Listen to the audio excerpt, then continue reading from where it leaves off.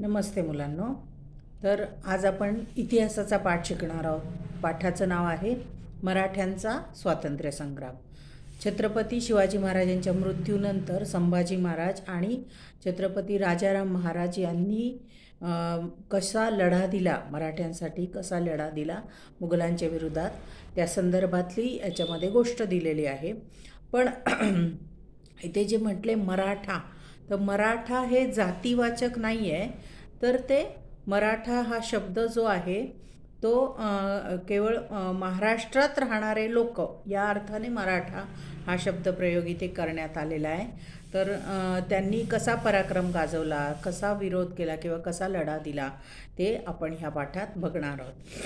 छत्रपती शिवाजी महाराजांच्या मृत्यूनंतर मराठ्यांनी छत्रपती संभाजी महाराज व छत्रपती राजाराम महाराज आणि महाराणी ताराबाई यांच्या नेतृत्वाखाली स्वराज्य रक्षणासाठी मुघलांशी प्रखर लढा दिला.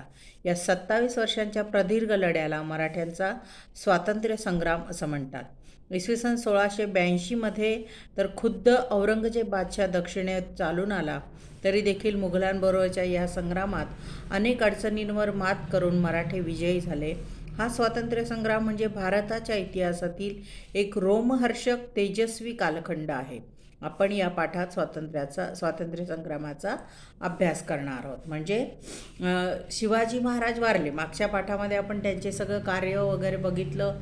तर त्यांच्या मृत्यूच्या नंतर जेव्हा संभाजी राजे झाले आणि छत्रपती राजाराम महाराज आणि ताराबाई यांनी मुघलांच्या विरुद्ध कसा लढा दिला, प्रदीर्घ काळ म्हणजे खूप दिवस लढाई चालू होती. म्हणजेच प्रदीर्घ काळ 27 वर्ष, किती वर्ष? 27 वर्ष लढा चालू होता, सुरू. तर असा तो लढा होता आणि तरी देखील मराठ्यांनी जिकरीने त्याचं हे केलं, वेगवेगळ्या अडचणींवर मात करून स्वतःचा विजय मिळवला. मराठे विजयी झाले. त्याबद्दलचं ह्या पाठामध्ये आपण अभ्यासणार आहोत. आता छत्रपती शिवाजी महाराज ते कसे होते, काय त्यांनी कसा लढा दिला ते बघूया आपण. छत्रपती संभाजी महाराज हे शिवाजी महाराजांचे ज्येष्ठ पुत्र, ज्येष्ठ म्हणजे मोठा मुलगा. त्यांचा जन्म 14 मे 1657 रोजी पुरंदर किल्ल्यावर झाला. शिवाजी महाराजांनंतर ते छत्रपती झाले. त्यावेळी मराठ्यांचा मुघलांशी संघर्ष चालू होता. अशा परिस्थितीत औरंगजेब बादशाहचा मुलगा शहाजादा अकबर याने पित्याविरुद्ध बंड केले. म्हणजे काय की औरंगजेब बादशाहचा मुलगा होता अकबर बादशाहने काय केलं, पित्याविरुद्ध म्हणजे बाबांच्या विरुद्ध लढा केला. कोणी? औरंगजेब बादशाहचा मुलगा, त्याचं नाव काय होतं? अकबर. शहाजादा हे बोलतात, तर अकबर हे त्याचं नाव.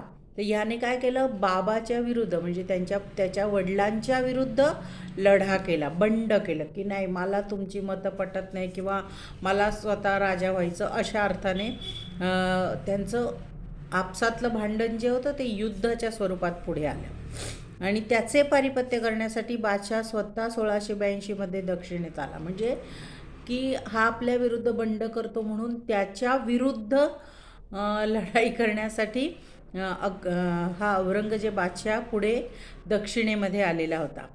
त्याच्याबरोबर अफाट सैन्य आणि प्रभावी तोफखाना होता. त्याने जंजिऱ्याच्या सिद्धीला मराठ्यांच्या विरुद्ध मोहीम हाती घेण्यास सांगितली. पोर्तुगीजांनाही आपल्या बाजूने वळवून घेतले. त्यामुळे संभाजी महाराजांवर एकाच वेळी अनेक शत्रूंना तोंड देण्याचा प्रसंग आला. म्हणजे त्याच्या विरुद्ध लढाई करत असताना दरम्यान म्हणजे त्यांना मदत करणारे किंवा त्याच्या मार्गात अडसर ठरणारे जे लोक होते त्यांना पण संपवायचं, अशा हिशोबाने औरंगजेब बादशाह पुढे लढाईसाठी येत होता. आणि त्याने काय केलं, जंजिऱ्याचा सिद्दी आणि पोर्तुगीज यांना सुद्धा काय केलं, आपल्या बाजूने वळवून घेतलं. जंजिरा किल्ला आपण बघितला की नाही, तर जंजिरा किल्ला, तर जंजिऱ्याचा सिद्दी हा पण कोण होता, एक बादशाह. तर त्याला आणि कोणाला, पोर्तुगीजांना आपल्या बाजूने की तुम्ही माझ्या बाजूने त्यांच्या विरुद्ध लढायचं, त्यांच्याशी हातमिळवणी केली. मैत्री केली आणि त्यांना आपल्याविरुद्ध आपल्यासोबत घेतलं.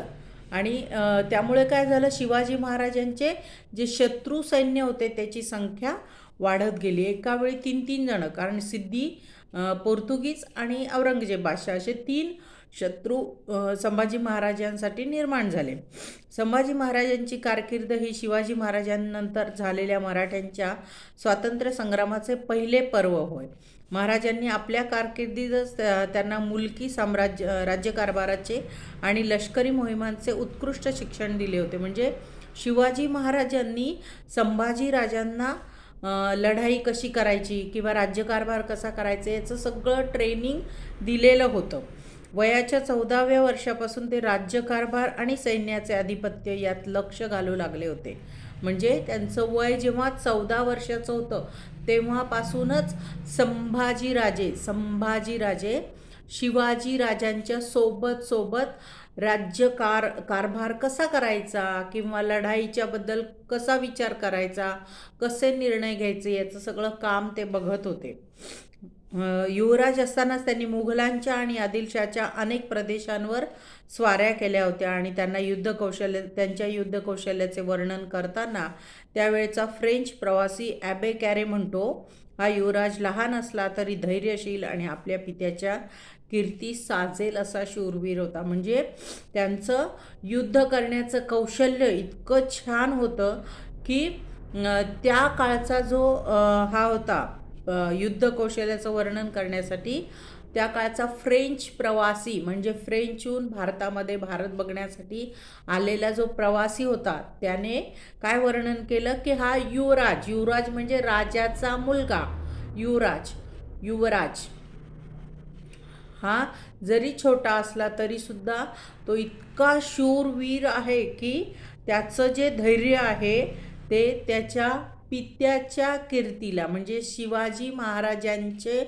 कीर्ती म्हणजे काय, प्रसिद्धी. सगळे लोक जे शिवाजी महाराजांना ओळखत होते की शिवाजी महाराज किती शूर आहेत, किती हुशार आहेत, त्याच्यासारखंच हे सुद्धा, त्यांच्यासारखाच संभाजीराजेसुद्धा शूरवीर आणि धैर्यशील होते असं त्यांनी वर्णन केलेलं आहे.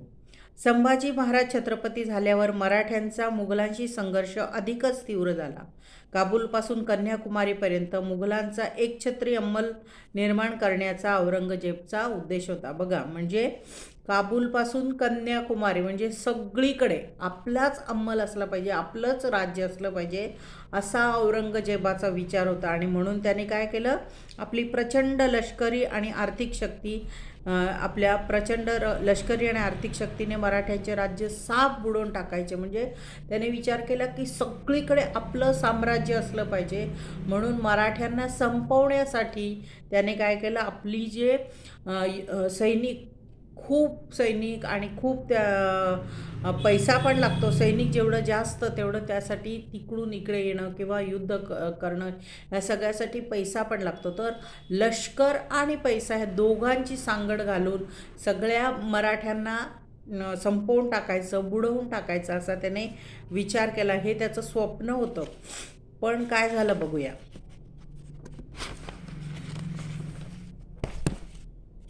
संभाजी महाराजांनी आपल्या पराक्रमाने आणि युद्ध कौशल्याने त्याचे स्वप्न धुळीस मिळवले. पण तो जरी आला लढाई करायला, आक्रमण करायला आणि मराठ्यांना संपवून टाकण्यासाठी आला, पण संभाजी महाराज कसे होते, शूरवीर होते. आणि त्यामुळे त्यांनी काय केलं की त्याचं स्वप्न धुळीला मिळवलं, म्हणजे त्याला हरवलं. आणि त्यामुळे काय झालं, त्याला जे वाटत होतं की आपण सगळ्या मराठ्यांना संपवून टाकू, तर ते होऊ शकलं नाही. त्यांच्या फौजेच्या तुकड्या अनेक मोगली प्रदेशात स्वाऱ्या करत होत्या. मराठ्यांचा नाशिकजवळचा रामसेज किल्ला तर बादशाच्या सेनानींना दीर्घकाळ करूनही जिंकता आला नाही. म्हणजे मराठ्यांचा नाशिकच्या जवळ, आपल्या जवळ जो आहे रामसेज किल्ला तुम्ही बघितला असेल कदाचित, मी बघितलेला नाही आहे पण तुम्ही बघितलेला असू शकतो की नाशिकच्या जवळ आहे.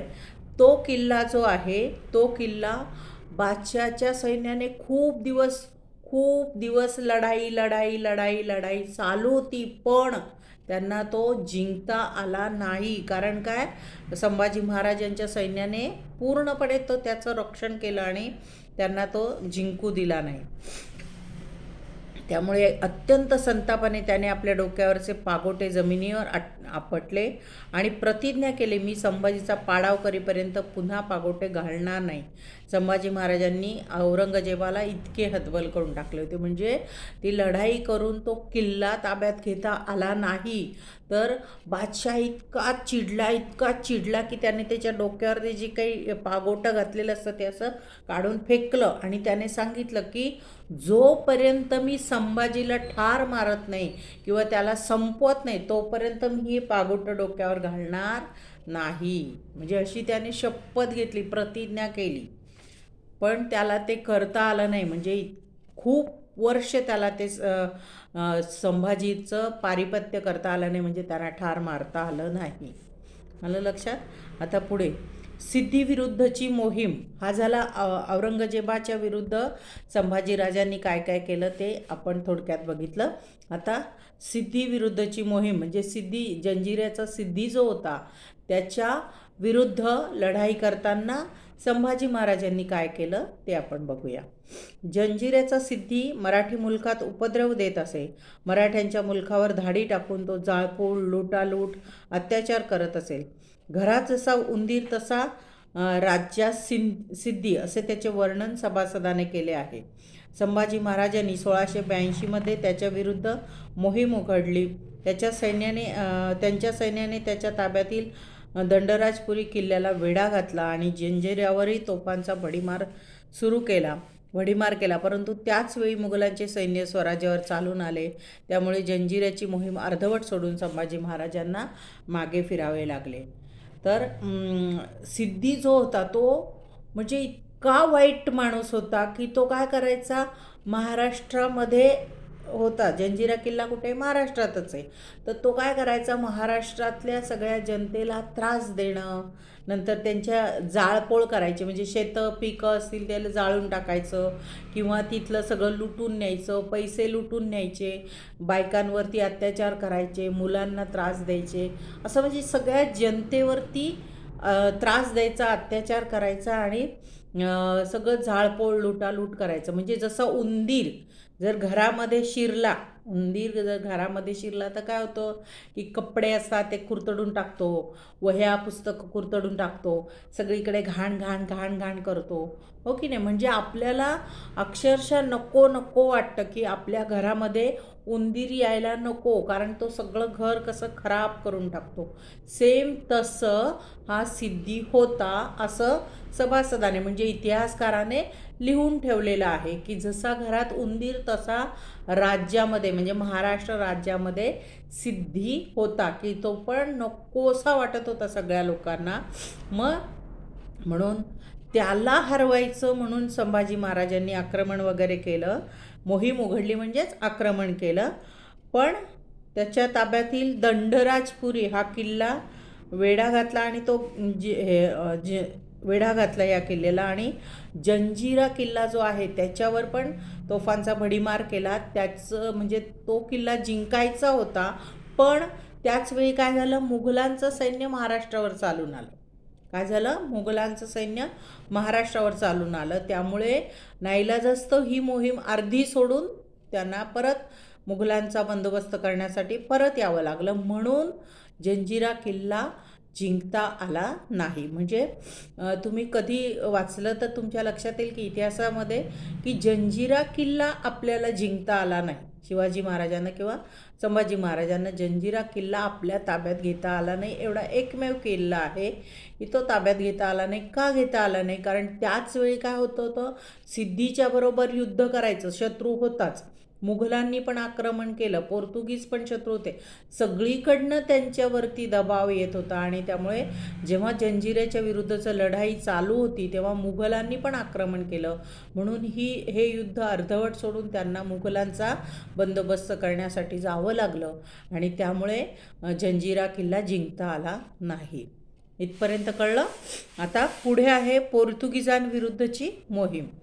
गोव्याच्या पोर्तुगीजांनी संभाजी महाराजांच्या विरुद्ध बादशाहाशी हातमिळवणी केली होती. त्यामुळे त्यांनी पोर्तुगीजांना धडा शिकवण्याचे ठरवले. त्यांनी 1683मध्ये पोर्तुगीजांच्या रेवदंडा बंदरावर हल्ला केला. प्रत्युत्तर म्हणून पोर्तुगीजांनी गोव्याच्या सीमेवरील मराठ्यांच्या फोंडा किल्ल्यास वेढा घातला. मराठ्यांनी वेढा मोडून काढला आणि गोव्यावर चढाई केली. या लढाईमध्ये येसाजी कंक याने पराक्रमाची शर्थ केली. यात पोर्तुगीज गव्हर्नर घायाळ झाला, त्याला माघार घ्यावी लागली.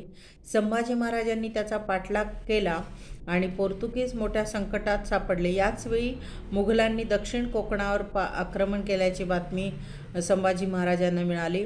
त्यामुळे हाताशी आलेला गोव्याचा विजय सोडून त्यांना मुघलांचा प्रतिकार करण्यासाठी परतावे लागले. जसं सिद्धीचं झालं तसं इथे पोर्तुगीजांच्या बाबतीत झालं. आणि हे का होत गेलं? कारण औरंगजेब, बादशहा, सिद्धी आणि पोर्तुगीज हे तिघं एकत्र आलेले होते आणि त्यांनी ठरवलं होतं की संभाजी महाराजांना त्रास द्यायचा, त्यांचं पारिपत्य करायचं, त्यांना म्हणजे जवळपास सगळं संपवून टाकायचं, बुडवून टाकायचं, मराठी साम्राज्य नष्ट करायचं, असं त्यांचं हेतू होता. म्हणजे त्यांनी ठरवलेलं होतं. त्यामुळे काय झालं, जेव्हा पोर्तुगीजांकडे महाराज वळले, पोर्तुगीजांनी बादशहाला मदत केली, हातमिळवणी केली. हातमिळवणी काय? हातमिळवणी म्हणजे मदत करायचं आश्वासन दिलं, प्रॉमिस केलं. हे केलं म्हणून संभाजीराजांनी ठरवलं की आता आपण यांना अद्दल घडवायची, त्यांना चांगला धडा शिकवायचा, म्हणजेच अद्दल घडवायची. आणि म्हणून त्यांनी पोर्तुगीजांच्या रेवदंडा बंदरावर हल्ला केला. बंदराचं नाव काय? रेवदंड. तर त्या बंदरावर हल्ला केला आणि प्रत्युत्तर म्हणून पोर्तुगीजांनी गोव्याच्या सीमेवरील मराठ्यांचा फोंडा किल्ल्याला वेढा घातला. मग जेव्हा रेवदंडा बंदरावर हल्ला केला संभाजी महाराजांनी, तेव्हा संभाजी महाराजांना सांगायचं की तुम्ही चूक आहे, आम्ही बरोबर, हे सांगण्यासाठी, म्हणजे त्यांना प्रत्युत्तर देण्यासाठी पोर्तुगीजांनी काय केलं, गोव्याच्या सीमेजवळचा जो फोंडा किल्ला होता, गोव्याच्या सीमेजवळ एक फोंडा किल्ला आहे, त्या किल्ल्याला वेढा घातला. आणि मराठ्यांनी मात्र तो वेढा मोडून काढला. म्हणजे काय की मराठ्यांनी लढाई केली आणि तो किल्ला पोर्तुगीजांच्या ताब्यात जाऊ दिला नाही. म्हणजेच त्यांनी काय केलं, तो वेढा मोडून काढला आणि गोव्यावर चढाई केली. या लढाईत येसाजी कंक याने पराक्रमाची शर्थ केली आणि त्यांनी काय केलं, पोर्तुगीजांनी मोडून काढला. आणि पोर्तुगीजांचं गोवा हे पोर्तुगीजांच्या ताब्यातलं होतं. त्याच्यावर संभाजी महाराजांनी आक्रमण केलं की मला चढाई केली. चढाई करणे म्हणजेच आक्रमण करणे. आणि त्याच्यामध्ये येसाजी कंक या नावाचा त्यांचा सरदार होता. त्याने खूप छान पराक्रम केला, लढाईमध्ये खूप छान काम केलं, पराक्रमाची शर्थ केली, म्हणजेच खूप पराक्रम गाजवला. यात पोर्तुगीज गव्हर्नर घायाळ झाला आणि ह्या लढाईमध्ये पोर्तुगीज गव्हर्नर जो होता, त्यांचा जो मुख्य होता, तो घायाळ झाला आणि त्यांना माघार घ्यावी लागली. संभाजी महाराजांनी काय केलं, त्यांचा पाठलाग केला. जेव्हा हा गव्हर्नर घायाळ झाला तेव्हा नंतर त्यांचा पाठलाग केला.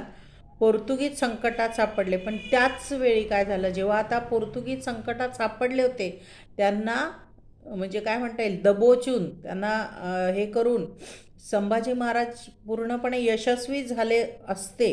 पण काय झालं, त्याचवेळी मुघलांनी दक्षिण कोकणावर, कोकण किनारपट्टी जे त्याच्या दक्षिण भागावरती आक्रमण केल्यामुळे संभाजी महाराजांना काय करावं लागलं, तो गोव्याचा विजय अर्ध्यावर सोडून द्यावा लागला. म्हणजे तो जो काही त्या पोर्तुगीजांवरती पाठलाग करून त्यांच्यावरती विजय मिळवणारच होते, तोपर्यंत इकडे हे आक्रमण आल्यामुळे त्यांना ते काम अर्धवट सोडून पुन्हा परत मागे मुघलांचा प्रतिकार करण्यासाठी मागे फिरावं लागलं. आलं लक्षात? आता इथपर्यंत समजलं? तर पुढे आहे आदिलशाही व कुतुबशाहीचा शेवट. आता आदिलशाही आणि कुतुबशाही यांचा शेवट कसा केला ते बघूया. औरंगजेबाला मराठ्यांविरुद्धच्या मोहिमेत यश येत नव्हते, त्यामुळे त्याने ती मोहीम स्थगित केली. त्यानंतर त्याने आपला मोर्चा आदिलशाही व कुतुबशाही या राज्यांकडे वळवला. औरंगजेबाने ती राज्ये जिंकून घेतली. या दोन्ही राज्यांची संपत्ती व लष्कर मुघलांच्या हाती आल्यामुळे औरंगजेबाची स्थिती मजबूत झाली. त्यानंतर मराठ्यांचा पाडाव करण्यावर आपली सर्व शक्ती केंद्रित केली. त्यांच्या प्रदेशांवर चोहोबाजूंनी हल्ले चढवले. मुघल सेनेचा प्रतिकार करताना मराठ्यांचा सेनापती हंबीरराव मोहिते मारला गेला. त्यामुळे संभाजी महाराजांची लष्करी बाजू कमकुवत झाली. आता याने काय ठरवलं होतं औरंगजेब बादशाहने की मराठी सत्तेचं नायनाट करायचा, म्हणून त्याने इकडून आक्रमण कर तिकडून आक्रमण सतत ते त्रास देण्याचा प्रयत्न करत होते, पण त्याला यश मिळत नव्हतं. कारण मराठी सैन्य कसं होतं, शूरवीर होते आणि छान लढाई करून ते त्याला परतवून लावत होते. त्यामुळे त्यांना मराठ्यांविरुद्धच्या मोहिमेमध्ये यश मिळत नव्हतं. म्हणून त्याने काय केलं, थोडे दिवस मराठ्यांच्या विरुद्ध लढाई करायची नाही, बाजूला ठेवलं ते काम. आणि मग त्याने काय केलं, आदिलशाही आणि कुतुबशाही या राज्यांकडे त्याने आपली नजर वळवली आणि त्यांच्याशी युद्ध करायचं ठरवलं. कोणाशी? आदिलशाही आणि कुतुबशाहींची राज्य, त्यांच्याशी लढाई करायचं ठरवलं. आणि ती राज्य लढाई करून ते सगळं जिंकून घेतलं. आणि जिंकल्यामुळे काय झालं, औरंगजेब बादशाहचं संपत्ती आणि लष्कर, कारण यांचं सैन्य पण त्याने स्वतःकडे घेतलं, पैसा पण घेतला, त्यामुळे संपत्ती त्याची, त्या दोन्ही राज्यांची आणि लष्कर हे औरंगजेब बादशाहच्या ताब्यात आलं. आणि त्यामुळे काय झालं, त्याची परिस्थिती कशी झाली, मजबूत झाली. आणि मग आता आपल्याला एकच शत्रू आहे बुवा, आता आपल्याला फक्त मराठ्यांना हरवायचं आहे. आणि म्हणून त्याने पूर्ण कॉन्सन्ट्रेशन फक्त मराठी राज्याकडे केलं आणि सगळीकडून म्हणजे मराठ्यांचा सगळीकडून पाडाव करायचा, त्यांना सगळीकडून एकत्र घेरून त्यांना नष्ट करून टाकायचं, असं त्याने औरंगजेब बादशाहने ठरवलं.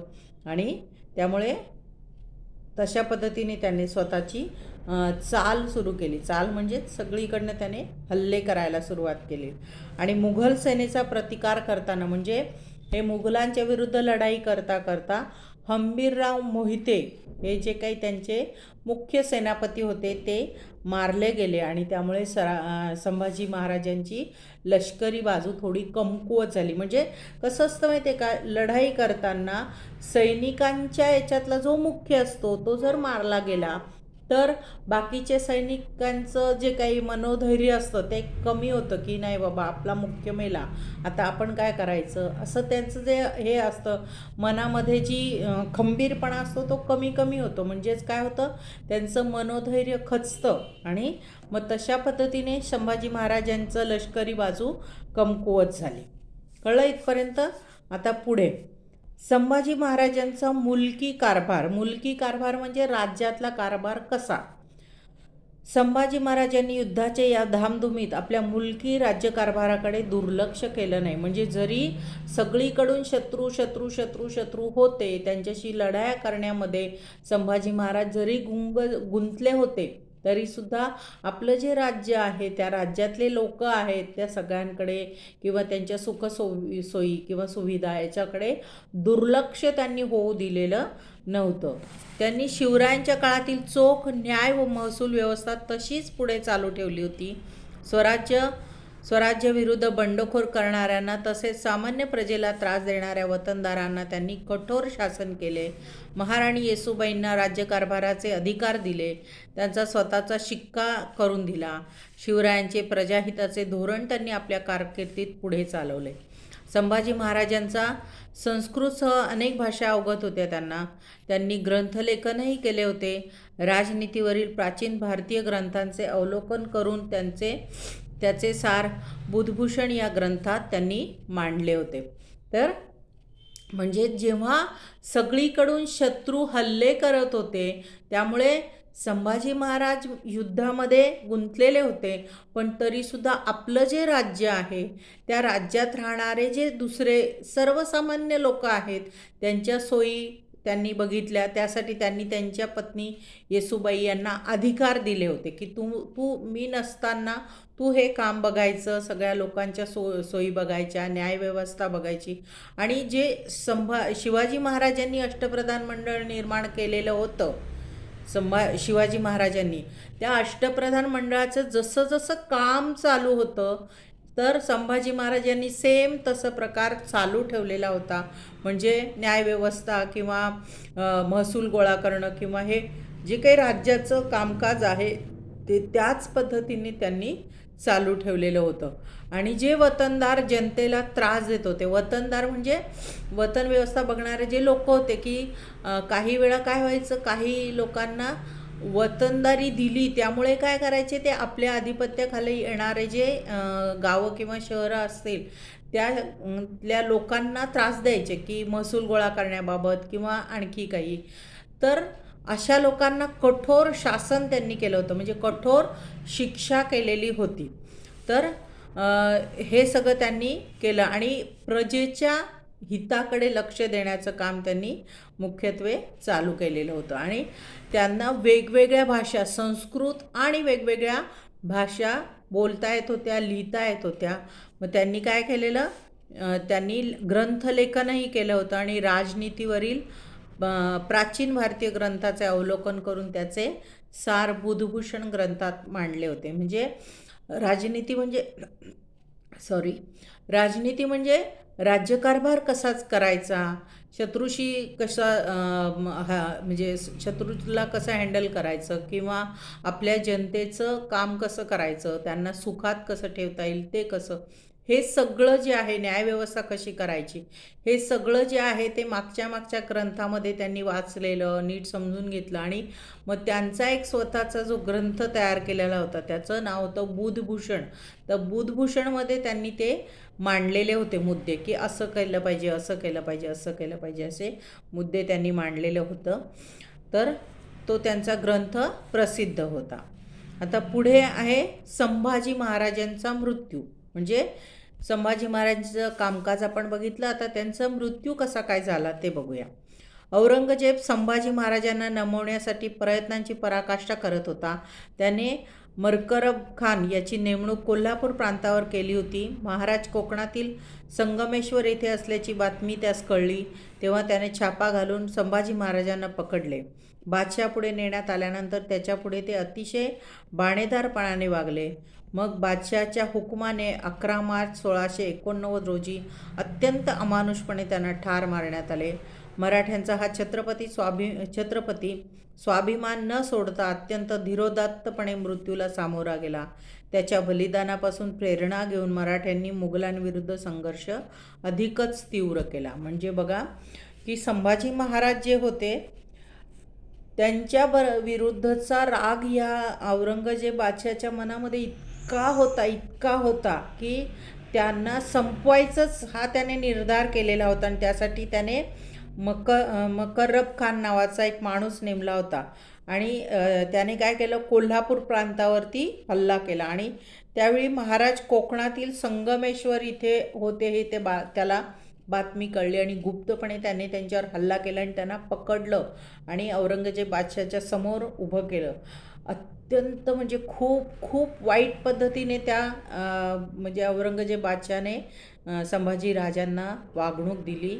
आणि म्हणजे जेव्हा त्यांना ठार मारलं ते सुद्धा खूप काय म्हणता येईल अमानुष म्हणजे एखाद्याला म्हणजे इव्हन आपण आत्तासुद्धा आपल्या कायद्यामध्ये जी काही मृत्यूदंडाची शिक्षा असते तीसुद्धा थोडी सोबर पद्धतीची असते. म्हणजे एखादा किती पण अमानुष माणूस असेल, म्हणजे की ज्याने खूप सारे बॉम्बस्फोट घडवून आणले किंवा ज्याने खूप साऱ्या लोकांना ठार मारलेले, असा माणूस जरी असेल तरीसुद्धा आपल्या कायद्यामध्ये अशी हे असते की त्या माणसाला जर आपण मरणाची शिक्षा दिली म्हणजे फाशीची शिक्षा दिली तरी त्याला विचारलं जातं की तुझी अंतिम इच्छा काय आहे. आणि त्याला फाशीची शिक्षा देताना तोंड त्याचं बंद केलं जातं आणि अशा पद्धतीने फाशी दिली जाते.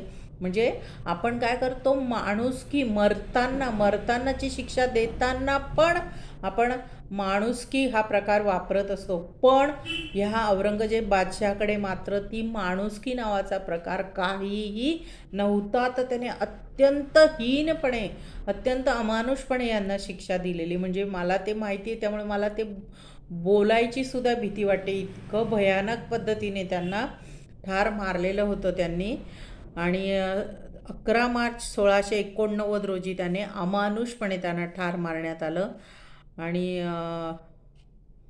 त्यावेळी पण संभाजी महाराज मात्र घाबरले नाही. ते घाबरले नाही, एकदम शूरपणेच उभे राहिले. आणि की मला मरणाची म्हणजे मरण नको किंवा हे असं काही त्यांनी हे केलं नाही. धीरोदात्तपणे ते त्याच्या मृत्यूला सामोरं गेले. पण जेव्हा त्यांचा मृत्यू झाला तर त्याच्यामुळे ही जी मराठ्यांचा संघर्ष होता मुघलांच्या विरुद्ध तो आणखी तीव्र झाला. कारण आणखी लोक चिडले की मुघलाने आपल्या राजाला मारलं आहे, त्यामुळे आणखी ते लोक चिडले आणि त्यांच्या विरुद्धचा जो संघर्ष होता तो अधिक तीव्र झाला. तर आता छत्रपती राजाराम महाराज. राजाराम महाराज हे छत्रपती शिवाजी महाराजांचे द्वितीय पुत्र होत. त्यांचा जन्म 24 फेब्रुवारी 1670 रोजी रायगडावर झाला. संभाजी महाराजांच्या मृत्यूनंतर ते छत्रपती झाले. आता मराठ्यांचे राज्य जिंकून घेण्याचे आपले स्वप्न साकार होणार असे औरंगजेबाला वाटू लागले. म्हणून त्याने रायगडाला वेढा घालण्यासाठी जुल्फिकार खानाला पाठवले. त्यावेळी राजाराम महाराज, त्यांची पत्नी महाराणी ताराबाई तसेच संभाजी महाराजांच्या पत्नी येसूबाई आणि पुत्र शाहू हे रायगडावरच होते. म्हणजे आपलं संभाजी महाराज वारले, त्याच्यानंतर मग छत्रपती कोण झालं? राजाराम महाराज. तर हे राजाराम महाराज हे शिवाजी महाराजांचे दुसरे म्हणजे दुसरा मुलगा. यांचा जन्म कधी झालेला? 24 फेब्रुवारी 1670 त्यांचा जन्म झाला. आणि जेव्हा हे राजे झाले तेव्हा औरंगजेब बादशाला वाटलं आता हा काही साधाच आहे, याला काही छान येत नसणार आहे, हा काही हुशार नसेल, युद्धनीती छान नसेल, असा सगळा विचार करून आता आपण सहजपणे महाराष्ट्रावर किंवा स्वराज्यावर कब्जा करू शकतो असं त्याला वाटलं. आणि मग त्याने पुन्हा रायगडाला वेढा घातला. आणि जेव्हा रायगडाला वेढा घातला तेव्हा रायगडावर कोण कोण होतं? तर राजाराम राजे होते, त्यांच्या पत्नी होत्या ताराबाई आणि शिवाजी महाराजांच्या पत्नी येसूबाई आणि त्यांचा मुलगा म्हणजेच पुत्र शाहू, हे सगळे होते. आणि मग हे 4च्या 4 जर एका ठिकाणी असले तर मग काय होणार की जर शत्रूच्या म्हणजे औरंगजेब बादशाहने जर का तो किल्ला जिंकून घेतला तर ह्या सगळ्यांना तो ठार मारू शकेल. म्हणून मग काय केलं की यांनी एका ठिकाणी राहू नये असा त्यांचा निर्णय झाला. या सर्वांना एकाच ठिकाणी राहणे धोक्याचे होते. या प्रसंगी येसूबाईंनी या अभूतपूर्व संकटाला धैर्याने तोंड दिले. आता या सगळ्या राजाराम राजे खूप लहान होते, त्या मानाने येसूबाई मोठ्या आणि कर्तृत्ववान होते की त्यांना निर्णय कसा घ्यायचा, आता ह्या परिस्थितीत काय निर्णय घेतला पाहिजे हे त्यांना छान माहिती होतं. म्हणून त्यांनी हा प्रसंग धैर्याने हँडल केला आणि कोणत्याही परिस्थितीत मुघलांना शरण जायचे नाही असे ठरवून त्यांनी रायगडावर महत्त्वाचे राजनैतिक निर्णय घेतले. त्यानुसार राजाराम राजांनी रायगडाच्या वेढ्यातून बाहेर पडावे आणि आवश्यकता भासल्यास दूरवर जिंजीला जावे असे ठरले. तसेच महाराणी येसूबाई यांनी आपल्या नेतृत्वाखाली रायगड लढवावा असे धोरणही ठरवण्यात आले. येसूबाईंनी आपल्या मुलाला छत्रपती पदावर न बसवता राजाराम महाराजांना छत्रपती बनवण्याचा निर्णय घेतला. त्यांचा हा निर्णय हे स्वराज्य प्रेमाचे आणि पराकोटीच्या स्वार्थत्यागाचे उदाहरण आहे. त्यांनी स्वतःच्या आणि पुत्राच्या प्राणांची पर्वा न करता मराठ्यांच्या छत्रपती सुरक्षित ठेवले.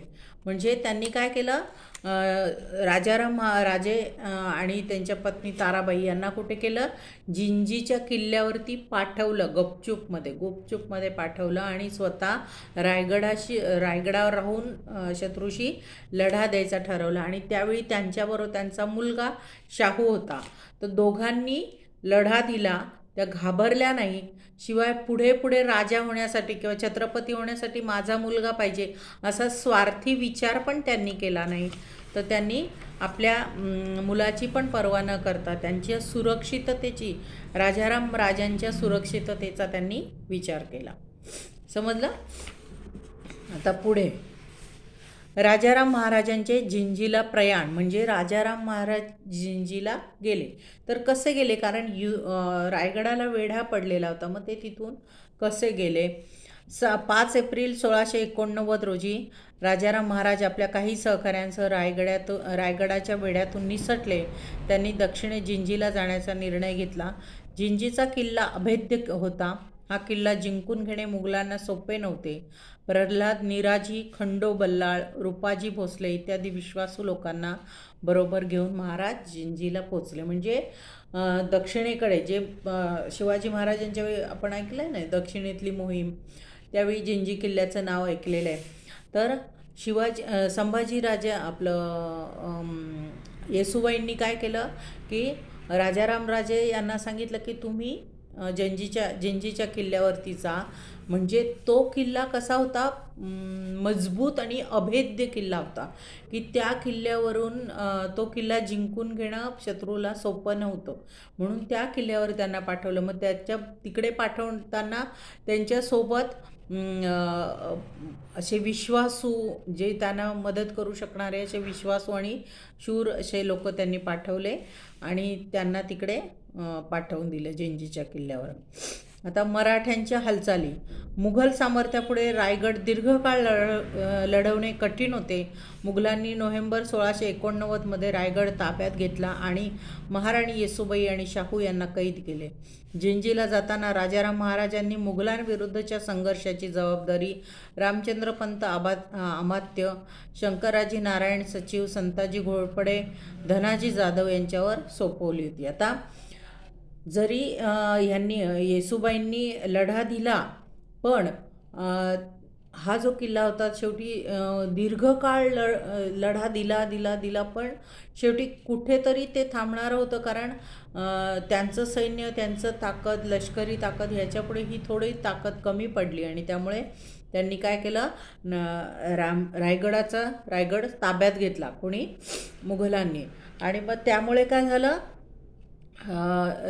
येसूबाई आणि राजकुमार किंवा शाहू म्हणजे हा संभाजी महाराजांचा मुलगा, या दोघांना कैद केलं. आणि त्यावेळी यांनी काय केलेलं होतं, राजाराम महाराजांनी, की तिथले जे काही विश्वासू सरदार होते त्यांच्यावरती मुघलांच्या विरुद्धच्या संघर्षाची जबाबदारी सोपवली. ती त्यांचीही नावं दिली, रामचंद्रपंत अमात्य, शंकराजी नारायण सचिव, संताजी घोरपडे, धनाजी जाधव.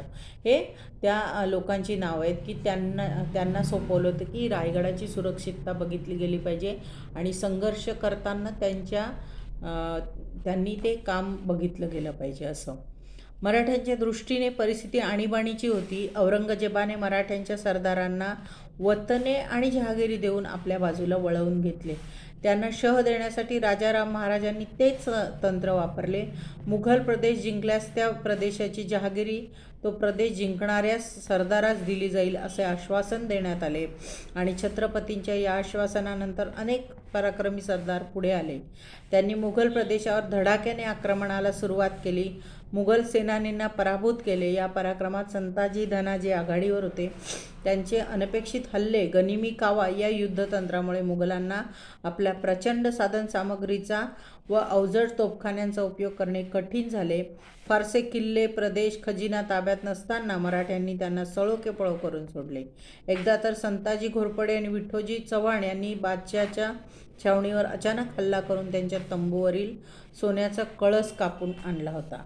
म्हणजे जसं औरंगजेब बादशाह जसा त्रास देऊन महाराष्ट्रातल्या लोकांना सळो की पळो करून सोडत होता, तसं त्याने काय केलेलं होतं की जिथले प्रदेश जिंकले की तिथे हे करण्यासाठी काय करायचा, ज्या भागात जायचं त्या सरदारांना वतनं आणि जहागिरी द्यायचा की हा भाग आपल्याला जिंकायचा आहे. मग तिथल्या सरदारांना वतनं द्यायची, जहागिरी द्यायची.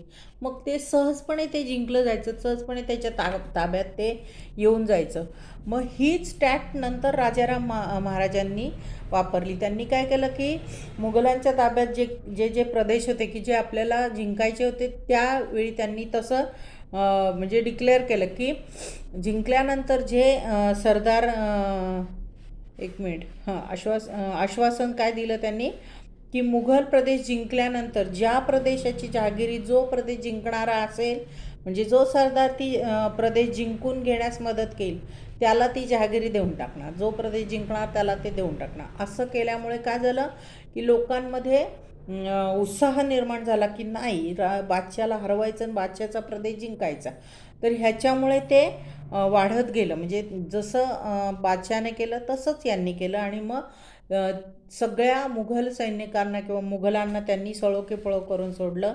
आणि तसं कंपेअर केलं तर औरंगजेब बादशहाकडे युद्धसैन्य भरपूर होतं, म्हणजे लष्करी हे भरपूर होतं.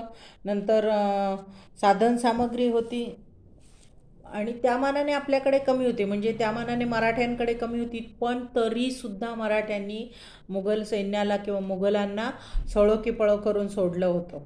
मला लक्षात. आणि त्याच्यात संतजी घोरपडे आणि विठोजी चव्हाण हे हे जे दोन सरदार हे होते, सरदार होते, त्यांनी काय केलं, बादशहाच्या छावणीवर म्हणजे औरंगजेब बादशहाच्या छावणीवर अचानक हल्ला केला आणि छावणीच्या वरती असा कळस होता, कळस कशाचा, सोन्याचा कळस, तो कापून घेऊन आले. त्यामुळे म्हणजे काय म्हणतात ना, ते घाबरायला लागले धनाजीला आणि याला संताजी आणि संताजी घोरपडे आणि विठोजी चव्हाणला ते घाबरायला लागले. कोण, मुघल सैन्य.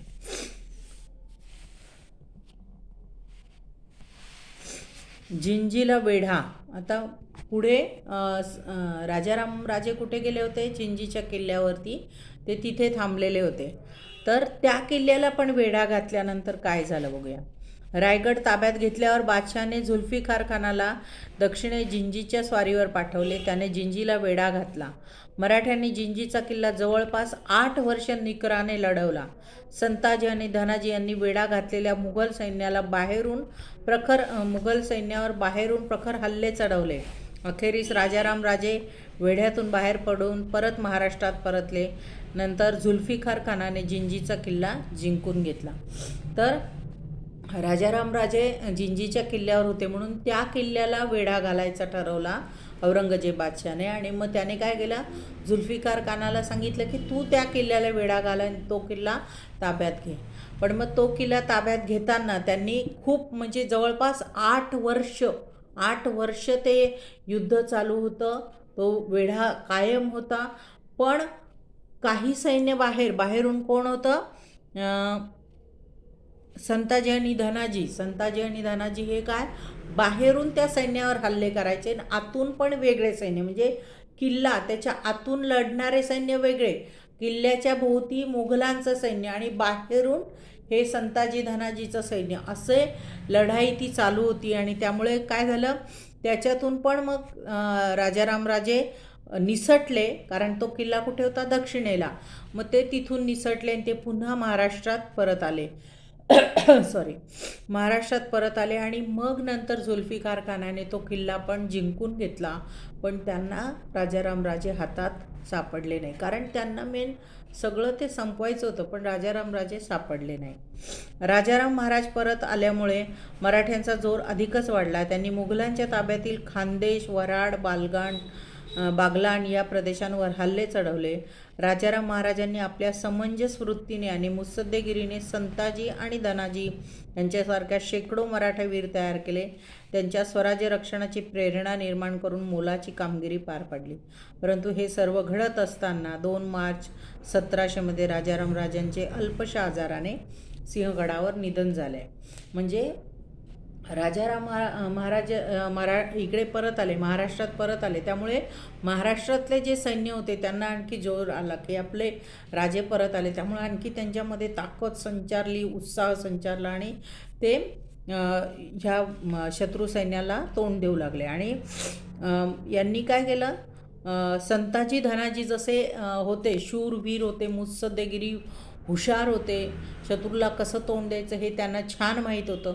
तर अशा पद्धतीचेच अनेक लोक तयार केले की त्यांच्या मनामध्ये की आपलं स्वराज्य आहे, त्याचं आपण रक्षण केलं पाहिजे, त्यासाठी आपण लढा व्यवस्थित दिला पाहिजे. ह्या ज्याच गोष्टी आहेत ह्या त्या लोकांच्या मनात निर्माण केल्या. आणि खूप सारे लोक असे की शत्रूपासून स्वराज्याचं रक्षण करण्यासाठी निर्माण केले, तयार केले.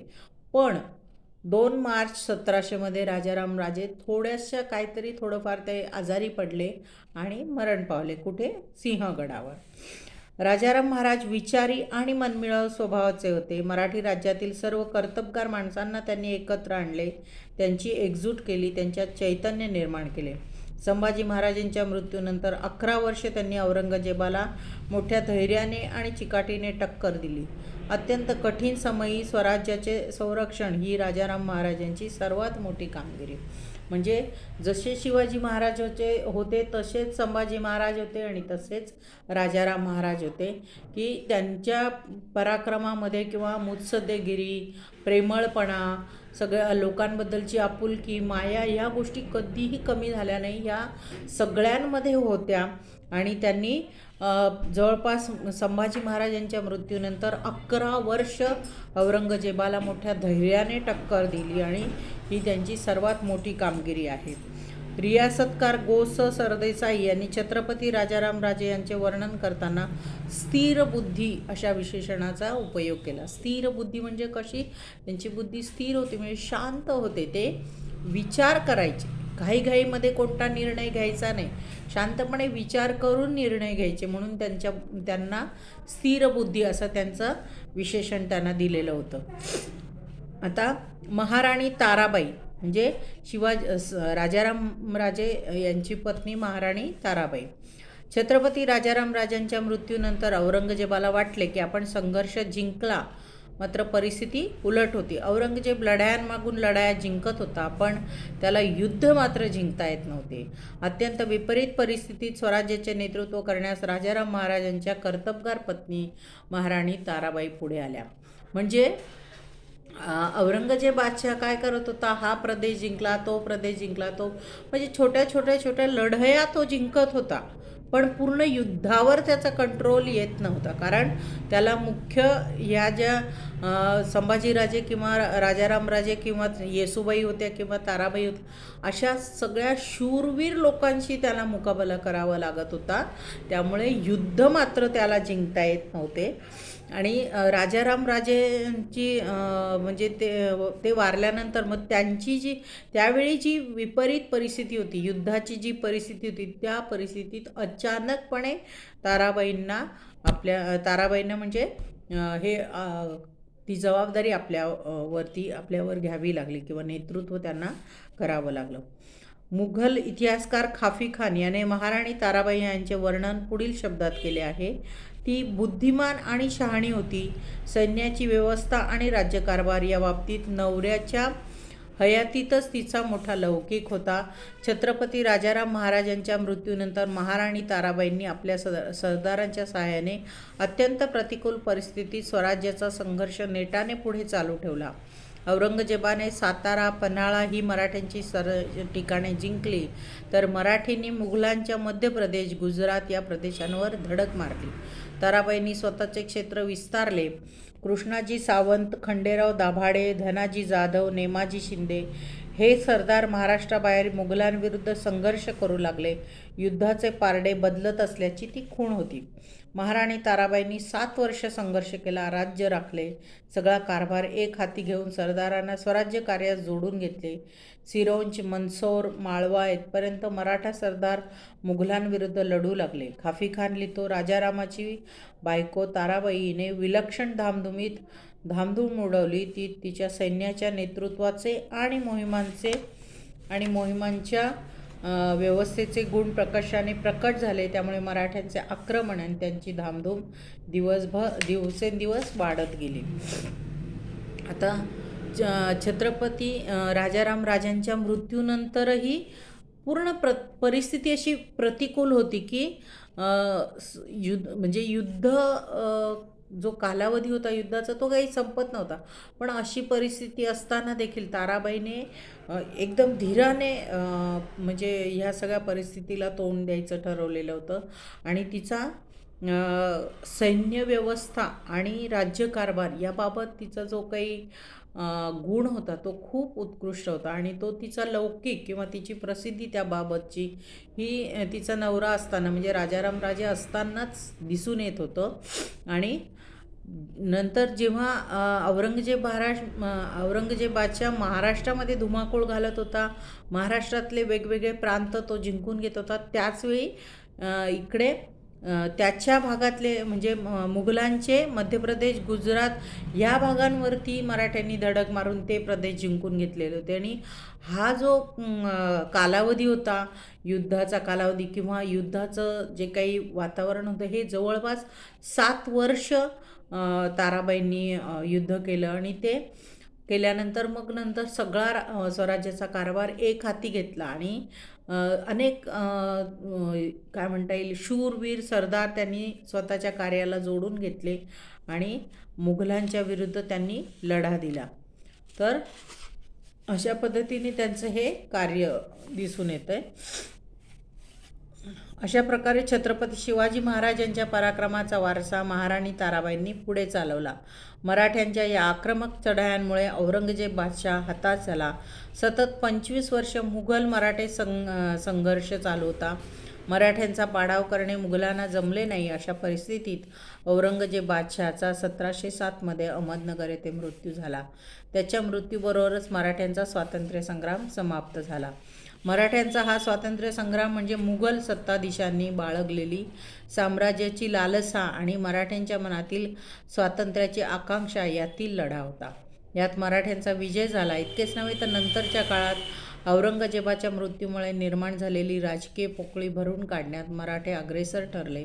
दिल्लीच्या तख्तावर नियंत्रण ठेवत त्यांनी जवळपास सर्व हिंदुस्थानाचा कारभार पाहिला आणि रक्षणही केले. त्यामुळे 18वे शतक हे मराठ्यांचे शतक मानले जाते. या शतकातील मराठ्यांच्या कामगिरीचा इतिहास आपण पुढील पाठात पाहणार आहोत. म्हणजे शिवाजी महाराज जेवढे पराक्रमी होते तेवढेच संभाजी महाराज होते, तेवढेच राजाराम महाराज होते, तेवढ्याच येसूबाई होत्या, तेवढ्याच ताराबाई होत्या. अशा पद्धतीने शिवाजी महाराज यांचा पराक्रमाचा जो हे आहे वारसा, तो ताराबाईंनी पण पुढे चालवला. आणि जवळपास 25 वर्ष मराठी आणि मुघल यांचं लढाई सुरू होती. आणि जेव्हा 1707 औरंगजेब बादशाह मेला किंवा वारला, त्याच्यानंतर हे युद्ध समाप्त झालं. आणि मराठ्यांवर मात्र त्याला शेवटपर्यंत विजय मिळवता आला नाही. मग ह्या पूर्ण संग्रामालाच स्वातंत्र्याचा संग्राम, मराठ्यांच्या स्वातंत्र्याचा संग्राम असं म्हणतात. आणि ही काय होती तर औरंगजेब बादशहाला वाटायचं की मी मराठ्यांवर कब्जा करावा, पण मराठ्यांना वाटायचं नाही, आम्ही आमचं स्वतंत्र असावं. याच्यामधला तो लढा होता आणि तो अशा पद्धतीने पूर्ण झाला. इथे भोसले घराण्याची वंशावळ दिलेली आहे, ती नंतर तुम्ही अभ्यासा की शिवाजी महाराज जे होते त्यांचं जे पूर्ण घराणं, त्याचा मूळ कोण होता, मालोजी, म्हणजे मूळ पुरुष कोण होता तर मालोजी राजे, मग त्यांच्यानंतर शहाजी राजे, मग शहाजी राजांची मुलं, मग ते ही जी वंशावळ आहे ती तुम्ही एकदा अभ्यासा. म्हणजे कदाचित तक्ता पूर्ण करामध्ये जर हे आलं तर ते तुम्हाला लिहिता यायला पाहिजे, तर ते तुम्ही वाचायचं. आणि अशा पद्धतीने या पाठाचं 2-3 वेळा वाचन करा.